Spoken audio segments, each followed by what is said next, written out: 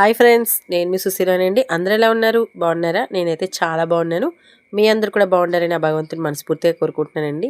మా బల్సులమ్మ తల్లి ఆలయంలో దసరా మహోత్సవాల్లో అమ్మవారిని ధనలక్ష్మి రూపంలో చాలా అందంగా అలంకరించారండి. నాకైతే చాలా బాగా నచ్చింది.